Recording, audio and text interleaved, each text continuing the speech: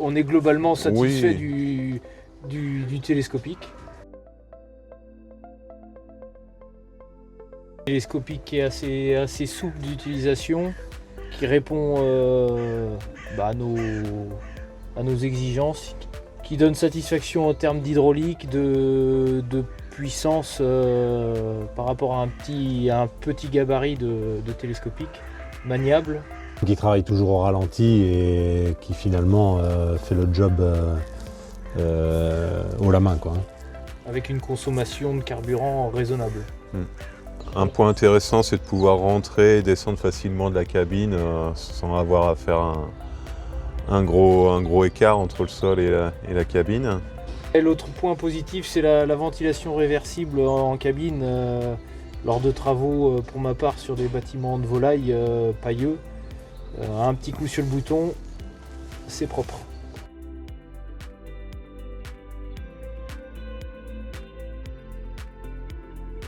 Les petits bémols par rapport à la pratique que l'on a, les garde-boue avant sont à la hauteur des plateaux, par exemple de chargement, plateaux de paille ou foin. Et on a tendance, lorsqu'on regarde le chargement, à oublier les garde-boue qui peuvent parfois se plier au niveau des plateaux, quoi. Ils sont fragiles et les clignotants sont dessus. Donc en termes de coût pour les changer, ça va très vite, quoi. Ah ouais, au niveau des conditions de sécurité, on a un bip qui est lié à la position de la flèche ou au chargement de la flèche et la position de l'engin, s'il est à plat ou en crabe ou dans un petit défaut de terrain, on a un bip qui est de sécurité qui est actionné, qui se met en place très rapidement. C'est gênant et à la fois nécessaire parfois quand on est un peu trop la tête dans le guidon sur notre travail, quoi. Ça reste un petit modèle. Ben, c'est là où on pourrait trouver la limite. C'est à la traction sur des...